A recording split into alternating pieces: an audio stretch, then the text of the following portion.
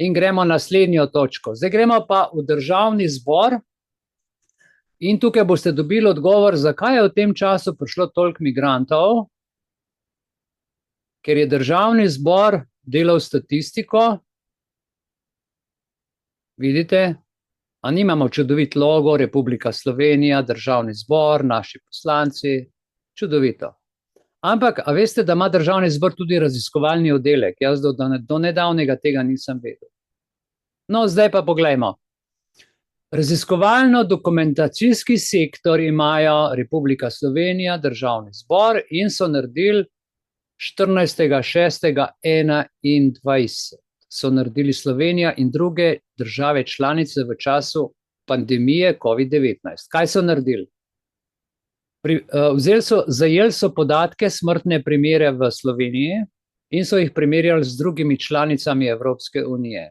In piše, to sem jaz, zdaj na levi strani je knjiga in iz te knjige sem dobil podatke. Tukaj imate na desni strani izpis, kar sem jaz izluščil bistvo, zato da vam ni treba tega brati. Ok. Iz podatkov sem uspel pridobiti ključne informacije o smrtnosti zaradi COVID-19 v Sloveniji v primerjavi z drugimi državami članicami, kot smo rekli. In 15. februarja 2021 je bila Slovenija na drugem mestu, 19. februarja 2021 pa na 5. mestu.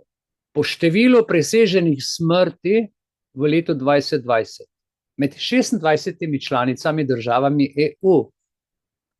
Kje sem to našel? To sem našel v njihovi tabeli. In če pogledate, na vrhu gor sta dve rumeni črtici, oziroma tri, ampak gledajte, Slovenije je bilo 182 na 1000 prebivalcev umrlih, povprečje v Evropski uniji pa 128 na 1000 prebivalcev. Pardon, na 100.000 prebivalcev, hvala.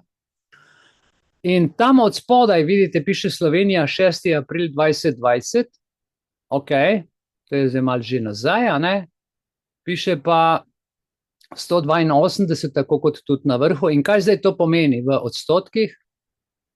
V odstotkih pomeni, ko sem jaz šel to računati, jaz sem si naredil potem, seveda tega ne povejo v tej študiji, to mora človek biti sam tako brihten, da si gre izračunati, presežek smrtnosti Slovenije v primerjavi s povprečjem EU, sem nastavil, se pravi, račun, a ne, 182 minus 128 deljeno z 128 krat 100 in dobim 42,2% presežna smrtnost v primerjavi z vsemi evropskimi državami. To se pravi, v letu 2020 smo bili Slovenci na prvem mestu v državah članicah Evropske unije in smo odstopali od njihovega povprečja.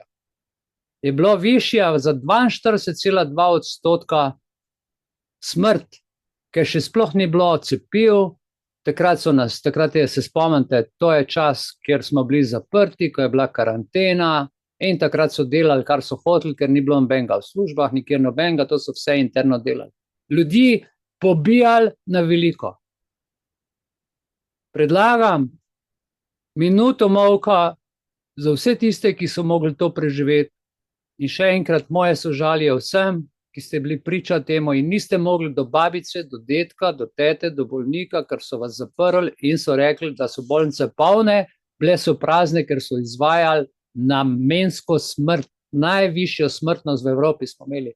In to so nam zamolčali in jaz sem iz te knjige iz državnega zbora to izluščil ven za vse nas, Slovence. Javno objavljam ta strašljiv, srhljiv podatek.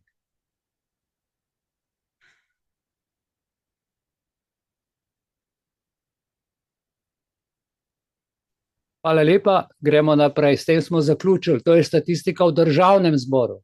Gremo s točko naprej.